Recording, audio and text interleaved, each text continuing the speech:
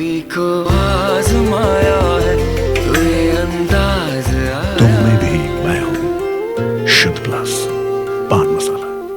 जब पशुओं को मिलेगा प्यार और मिल्को मोर पशु आहार तो दूध बहेगा, मुनाफा बढ़ेगा। मिल्को मोर पशु आहार। इको प्लस का नया आविष्कार eco plus hexa power TMT इसकी प्रीमियम क्वालिटी व उन्नत जंग रोधक क्षमता दे बेजोड़ मजबूती। इको प्लस सीमेंट और स्टील, इस पर है देश को भरोसा। नमस्कार, आप देख रहे हैं लोकमंच न्यूज और मैं हूं आपके साथ सत्यम गौर। उत्तर प्रदेश में भाजपा की वापसी होते ही माफियाओं पर बुलडोजर गर्जना शुरू हो गया है। पश्चिम उत्तर प्रदेश का कुख्यात माफिया बदन सिंह बद्दू तो फरार है, लेकिन उसके करीबियों पर सरकार ने एक बार फिर से कार्रवाई शुरू कर दी है, जिसके बाद अब बदन सिंह बद्दू की शय पर पार्क की जमीन कब्जा कर बनी अवैध फैक्ट्री पर आज डीएम का बुलडोजर चला है, प्रशासन का बुलडोजर चला है। वहीं आपको बताते चले पुलिस और एडीएम की टीम ने मिलकर पार्क को कब्जा मुक्त करा दिया है। ये जो आपके सामने अभी ध्वस्तीकरण हुआ है, ये पहले कभी पार्क की ज़मीन हुआ करती थी, अभी भी पार्क की ज़मीन है। इसमें धीरे धीरे भूमाफियाओं ने कब्जा करके, और इसमें जो सबसे बड़े भूमाफिया आपके मेरठ के बदन सिंह बद्दू और उनके सहयोगी, उन्होंने कब्जा किया हुआ था। और उसी में एक रेणु गुप्ता के नाम से इन्होंने यहाँ पे ये बिल्डिंग बना रखी थी, जिसका एमडी ने पूरे लीगल प्रावधानों का पालन करते हुए ध्वस्तीकरण का आदेश दिया और इसका ध्वस्तीकरण आज हुआ। और बांदा में खनन अधिनियम के विपरीत किया जा रहा है अवैध खनन। बड़ी जानकारी आप तक पहुंचा रहे हैं, जिम्मेदार अधिकारी बने हैं अनजान और एनजीटी की खुलेआम धज्जियां उड़ा रहे हैं ये खनन माफिया। नदी की बीच जलधारा से किया जा रहा है खनन। सरकार के करोड़ों रुपए के राजस्व को लगा रहे हैं चूना। मटौंद थाना क्षेत्र के अंतर्गत संचालित अछरौड़ खादान का ये पूरा मामला है, जहां पर अवैध तरीके से खनन चल रहा है। बड़ी जानकारी आप तक पहुंचा रहे हैं बांदा से। खनन अधिनियम के विपरीत किया जा रहा है अवैध खनन। जिम्मेदार अधिकारी बने हैं अनजान। एनजीटी की खुलेआम धज्जियां उड़ाई जा रही हैं। नदी की बीच जलधारा से किया जा रहा है खनन। सरकार के करोड़ों रुपए के राजस्व को चूना लगाया जा रहा है। मटौंद थाना क्षेत्र अंतर्गत संचालित अछरौंद खदान का ये पूरा मामला है। तो खदान का पूरा मामला है, जहां पर आपको हम बता रहे हैं किस तरीके से यहां पर खनन माफिया खनन कर रहे हैं, लेकिन प्रशासन इन खनन माफियाओं पर कार्रवाई नहीं कर रहा है। बांदा से बड़ी खबर हम आप तक पहुंचा रहे हैं। नदी के बीच जलधारा से खनन किया जा रहा है। सरकार के करोड़ों रुपए के राजस्व को चूना लगा रहे हैं खनन माफिया और प्रशासन की मिलीभगत से खनन माफिया फल फूल रहे हैं और घटनाक्रम को अंजाम दे रहे हैं। नमस्कार दोस्तों, आप देख रहे हैं लोकमंच टीवी में बांदा से साकेत अवस्थी। एक तरफ जहां उत्तर प्रदेश सरकार के द्वारा ये दावा किया जा रहा है कि खनन नीति को लेकर के खनन नीति का पूर्ण रूप से पालन किया जाएगा, वहीं जनपद बांदा में एक जो प्रचलित खदान है जो कि शहर से और मंडल कार्यालय से महज ही कुछ किलोमीटर दूर पर है। कैमरा पर्सन के माध्यम से दिखाना चाहूँगा, ये अछरौड़ खंड है जो त्रिपाठी कंस्ट्रक्शंस के नाम पे प्रचलित है और चल रही है। खासकर इस खदान की जो है बात की जाए तो इन्हें नियम और एनजीटी कानून की कोई परवाह नहीं है। खनन नीति के विरुद्ध बीच जलधारा से इन्होंने अपनी भारी भरकम पोकलैंड मशीनें लगा रखी हैं और उससे खनन किया जा रहा है। जैसा कि स्पष्ट एनजीटी का नियम है कि खनन अधिनियम के तहत जलधारा से दूर हट करके खनन किया जाएगा, लेकिन सोचनी बात यह है कि इतनी अनियमितता होने के बावजूद भी इस पट्टेधारक के ऊपर खनन माफियाओं का रहनुमा बना जिला प्रशासन इन पर कार्रवाई क्यों नहीं कर पा रहा है, ये सोचने की विषय की बात है। वहीं दूसरी तरफ अवैध खनन तथा ओवरलोड की बात की जाए तो इन दिनों सुर्खियों का रौनक बनी हुई है। खासकर बांदा के अछरौड़ जो कि त्रिपाठी कंस्ट्रक्शंस है, ये सुर्खियों का इस समय माध्यम बनी हुई है, लेकिन कार्रवाई के नाम पर यहाँ कोई कार्रवाई नहीं हो रही है, सिर्फ रस्म अदायगी हो रही है। देखने वाली बात ये होगी कि इसमें क्या कार्रवाई होगी, जबकि जल की बीच धारा से इन्होंने खनन करना प्रारंभ किया है और पूरी नदी को खोखली करने का पूर्ण रूप से मकसद बना लिया है। कैमरा पर्सन अपने फोकस करिए, ये जो पोकलैंड लगी हुई हैं और इन्होंने अपने पोकलैंड के माध्यम से नदी की बीच जल धारा में खनन किया हुआ है। हालांकि इन पर रोक लगने का नाम नहीं ले रही है। एक तरफ जहां खनिज अधिकारी की बात की जाए तो वहां खनिज अधिकारी भी इस संबंध में कुछ बोलने के लिए तैयार नहीं है।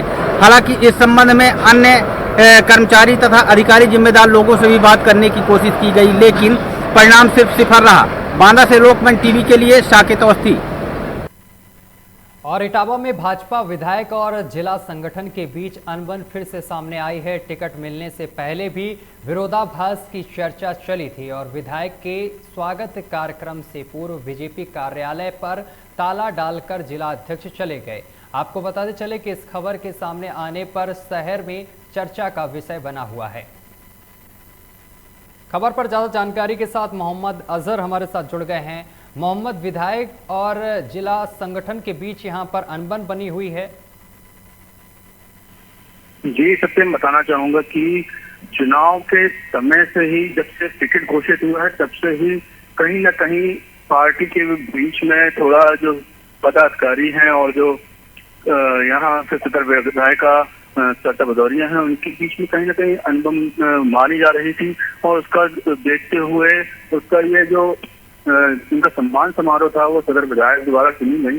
उसके बाद जब उनका सम्मान समारोह में युवजन बजमुआ के कार्यकर्ताओं ने उनका सम्मान समारोह रखा, तो वहां पर जिला जो यहाँ के जिला अध्यक्ष हैं भाजपा के, उन्होंने कहा कि मुझे या किसी भी पदाधिकारी को इस बात की सूचना नहीं दी गई थी, इसीलिए मैंने वहां पर ताले लगवा दिए।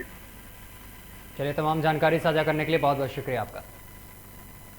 देखिए, हमें बहुत ज़्यादा कुछ जानकारी नहीं है। युवा मोर्चा का कार्यक्रम था और हमको बुलाया गया मैरिज होम में, वहाँ पर हम गए थे और बहुत भव्यता के साथ युवा मोर्चा ने कार्यक्रम किया। बहुत बढ़िया स्वागत किया नौजवानों ने और नौजवानों को हम बहुत आपके माध्यम से धन्यवाद देते हैं, आशीर्वाद देते हैं। नहीं, कल ये भारतीय जनता युवा मोर्चा की हमारी पूरी टीम के द्वारा माननीय सदर विधायक इटावा का एक बार पुनः विधायक बनने पर हम लोगों ने सम्मान समारोह रखा, जो निजी मैरिज होम शांति मैरिज होम में रखा गया था कार्यक्रम, और बहुत ही सकुशल तरीके से बहुत अच्छा कार्यक्रम हुआ। नहीं, ऐसा ये बात तो सही है। ताला कल उनका एक कोई कार्यक्रम था पार्टी कार्यालय पे युवा मोर्चा द्वारा। हमें हमारे संगठन के लोगों ने बताया कि इस तरह का कोई कार्यक्रम है, तो न तो पूरे संगठन में किसी को जानकारी, न कोई ऐसी पूर्व में सूचना दी गई कि यहाँ कोई कार्यक्रम हो रहा है। और जौनपुर में ट्रेन में सफ़र करने के दौरान एक मासूम बच्ची की तबीयत बिगड़ गई और जिसके बाद बच्ची को इलाज के लिए जिला अस्पताल में भर्ती कराया गया, जहां पर उपचार के दौरान बच्ची की मौत हो गई है। आपको बताते चले कि बच्ची की मौत के बाद से ही परिवार में कोहराम मच गया है। मृतक मासूम का परिवार बिहार का रहने वाला बताया जा रहा है।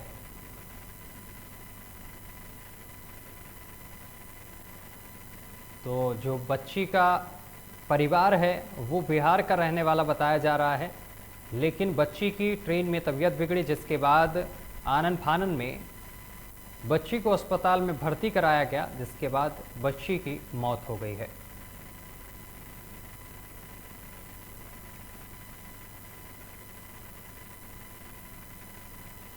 और एक और बड़ी खबर सामने निकल कर आ रही है। भाजपा का विधान परिषद प्रत्याशियों का पैनल तैयार है और 36 सीटों के लिए ये पैनल तैयार हुआ है।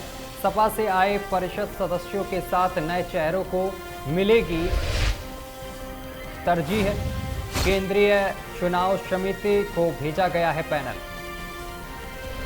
बड़ी जानकारी अब तक पहुंचा रहे हैं। जो सपा से नेता बीजेपी में शामिल हुए हैं, उनको यहां पर एक अच्छी जगह मिल सकती है। केंद्रीय चुनाव समिति को भेजा गया है पैनल। बड़ी जानकारी अब तक पहुंचा रहे हैं। भाजपा का विधान परिषद प्रत्याशियों का पैनल तैयार हो गया है। 36 सीटों के लिए पैनल तैयार हुआ है।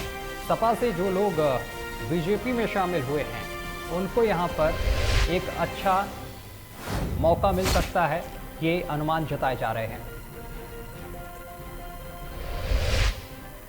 चलिए खबरों में आगे बढ़ेंगे। उत्तर प्रदेश की योगी सरकार के कड़े निर्देश के बाद भी मुरादाबाद में गौकशी की घटनाएं रुकने का नाम नहीं ले रही हैं।